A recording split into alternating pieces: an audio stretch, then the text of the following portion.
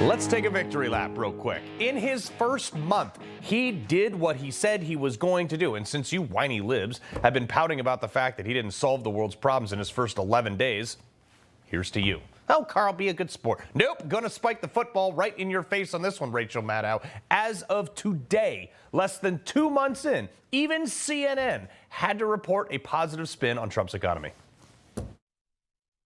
Finally, we have some good news on the economy and really the number one issue for many Americans, the cost of living. So we just learned that consumer prices in February increased by 2.8% year over year, 0.2% month over month.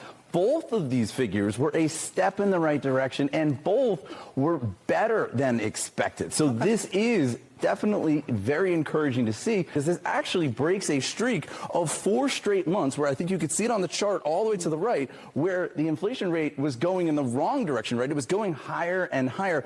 Finally, we're seeing it dip. You see how uncomfortable she was standing there on the left?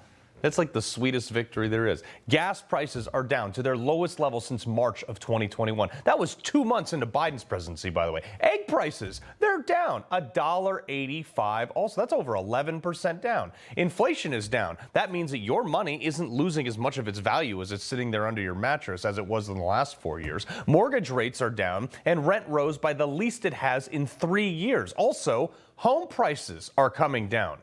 And the Fed had originally signaled that they might drop interest rates by 0.5%, but now they're saying they might do it by as much as 0.75%. This is huge. But the lib meltdowns, those seem to be the only things that are going way up right now.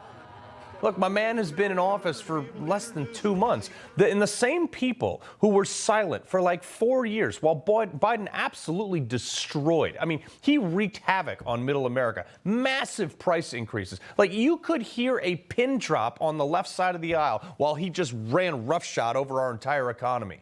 But the second Biden, shuffled out of the Oval Office, they started screaming at Trump, prices aren't coming down. Literally every Democrat up until today. I thought Trump was going to bring prices down. Where are all the price cuts? Blah, blah, blah. I mean, if you don't drink bathwater was a commercial, this was what it would look like.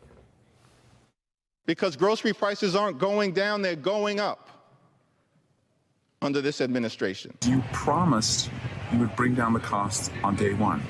And bro, it's like day 50. Well, he promised to bring the egg prices back down. Yeah, on day one. Egg prices are up 53% in the past year and are expected to rise another 41% this year. Lord. But this is why Joe Biden and didn't Donald Trump Kamala was unpopular and why Kamala Harris lost. I thought Trump's egg prices. The eggs are too damn high. Those prices are coming down now. Do I expect a single Democrat, including Morning Joe and Mika, to come out and say thanks? Of course not. But I guarantee they're running back to their office to try to cook up the next talking point against Trump. But who here would like to know why these things are happening? Let's go through that list, shall we? Gas prices. I know this is going to come as a shock to the same people putting up wind farms across their states right now that are killing birds. But when you drill for oil, there is more of it, which means demand goes down and so do prices. Did I say that slow enough for you Democrats? And here's what makes the point even more important to the people who turned off the spigot for the last 4 years. We're not even actually producing anymore yet. Just the prospect that we will be producing more has driven all the other countries to lower their prices in anticipation.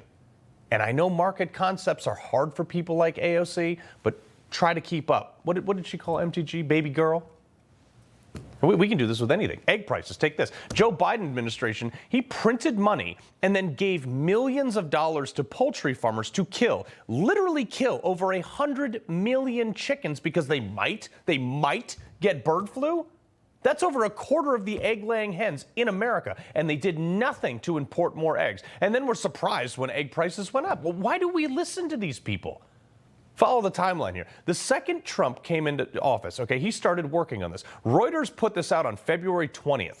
Turkey to export 15,000 tons of eggs to the U.S. And then 5 days ago, look at this one.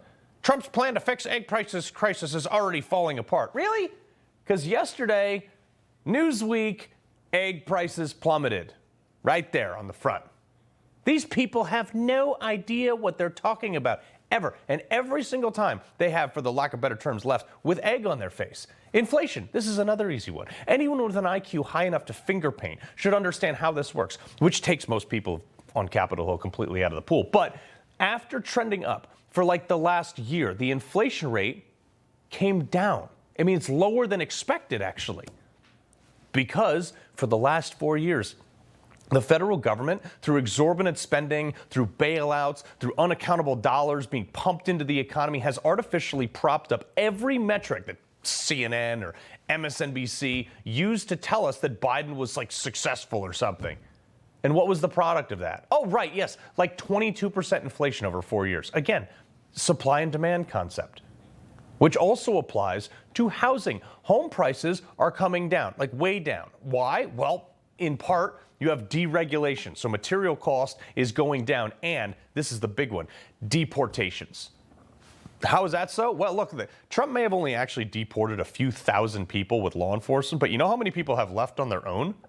I mean, we don't have a precise number, but it's a whole lot more. And some estimates are as high as 1 million. Also, Trump cut off the ridiculous housing assistance being given to illegals that was pricing locals out of their own towns, which is why rent prices have also stabilized. Now, yes, the stock market is down, but the man can only do so much while taking on the world and their decades of unfair trade policies. But as I said yesterday, this is why the Fed just signaled that they will be lowering interest rates more than expected, because inflation has cooled because of all the government spending cuts. I know the libs are fighting this one, but it's got to happen.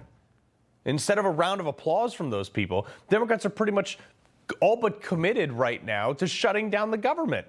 Yeah, I know, the irony of this one. The same people that were crying about firing a few thousand people at USAID are doing nothing about the fact that they're about to furlough over 1 million people because they don't want to give Trump a win. I mean, great job, guys.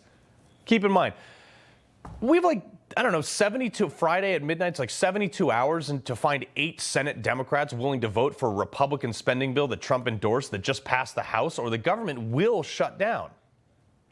This type of progress, though, with all this prices coming down, this is what I voted for. I mean, nothing ever happens this fast in government. And somehow Trump has pulled it off again. But more importantly, this is what me and a bunch of other people on this network, at least, have been telling you would be the result of these policies. And everybody in the liberal media, freaked out, called us wrong and stupid. But Rachel Maddow was over there sensationalizing. Instead, she told us the world was going to end. We were right. She was wrong. Put that in your pipe and smoke it. You're not wasting your time here. He loves the Constitution. He fights for what's right. He hates the bad guys. He's a freedom warrior. He's your freedom warrior. Watch Carl Higbie every weekday on Newsmax.